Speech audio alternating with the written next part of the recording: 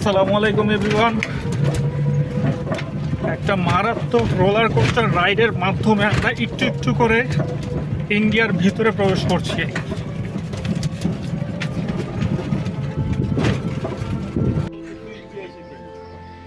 দেখেন কি অবস্থা।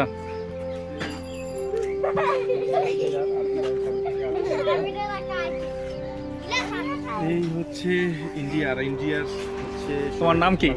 আরফাত। আরফাত? হ্যাঁ, আরফাত না আরাফাত? আরফাত। আরফাত। তোমার এখানে উঠায় দিছে কেটা? আমরা উঠেছি। তুমি নিজে উঠছো? নামতে পারবা? পারবা না? আসলে দেখছেন যে আমরা কিন্তু ইন্ডিয়ার ভিতরে গেছি। এখন আছি ইন্ডিয়ার ভিতরে। দেখুন যে ওরা কিন্তু ইন্ডিয়া এসে কিন্তু খেলাধুলা করে। বাংলাদেশে থাকি আমরা কিন্তু ইন্ডিয়া। ওরা ওদের নিজেদের বাসাই আছে, কিন্তু বাসাটা হলো ইন্ডিয়ার বাংলাদেশের মাঝখানে পড়ে গেছে। দেখেন অবস্থা।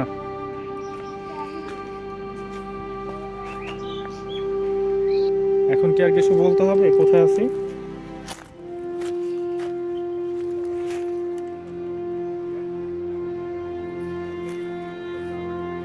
এই হচ্ছে আমাদের প্রিয় মাতৃভূমি বাংলাদেশ। এই হচ্ছে আর পিলার। আমরা এখন চলে যাচ্ছি কোথায়? যেটা আমরা আর কি সীমানা পিলার হিসেবে আপনাদের প্রতিবেশী দেশের একদম ঠিক ভিতরেই। পাশাপাশি হচ্ছে এখন কিন্তু আমি ইন্ডিয়া চলে আসলাম। এখন কিন্তু আমি আছি ইন্ডিয়া পিলার। খুব সুন্দর চা বাগান।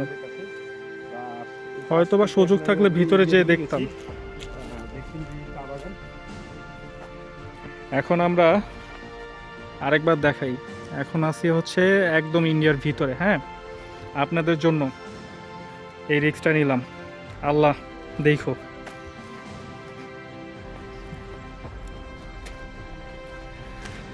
এই পথে অবশ্য মানুষ খুব কম আসে, বিএসএফও নাই বললেই চলে।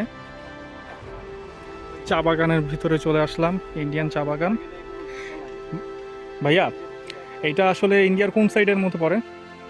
ইন্ডিয়ার মধ্যে গাড়িয়ানপাড়া, ইন্ডিয়ার মধ্যে পড়ে, এটা মন্ডল বস্তি। মন্ডল বস্তি। হ্যাঁ, ইন্ডিয়ার মধ্যে পড়ছে মন্ডল বস্তি। আর এটা ইন্ডিয়ান কোন স্টেটের মধ্যে পড়ে? ইন্ডিয়ান আপনার যে বাপের মধ্যে পড়ে, কলকাতার কাছাকাছি পড়ে। কলকাতার কাছাকাছি। আচ্ছা,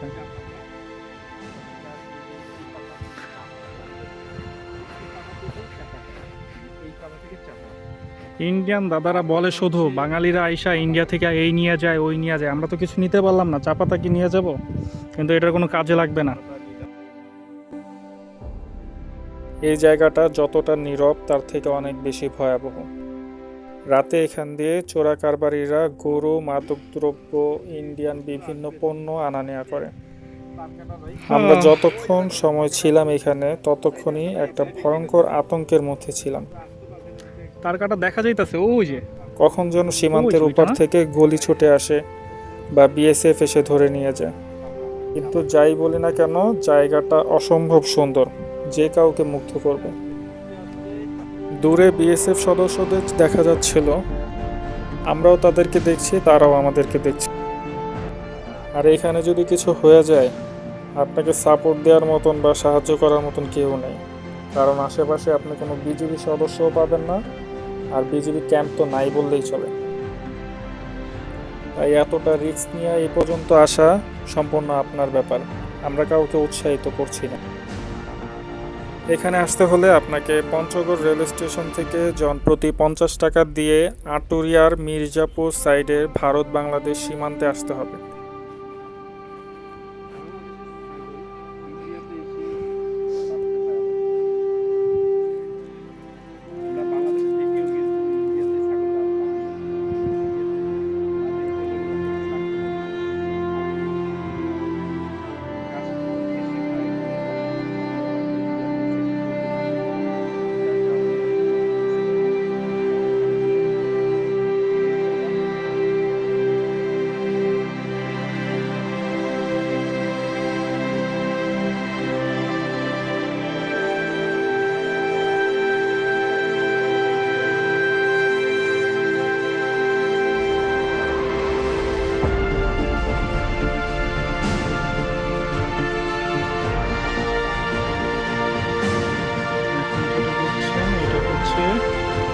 কাঁটাতারের বেড়া।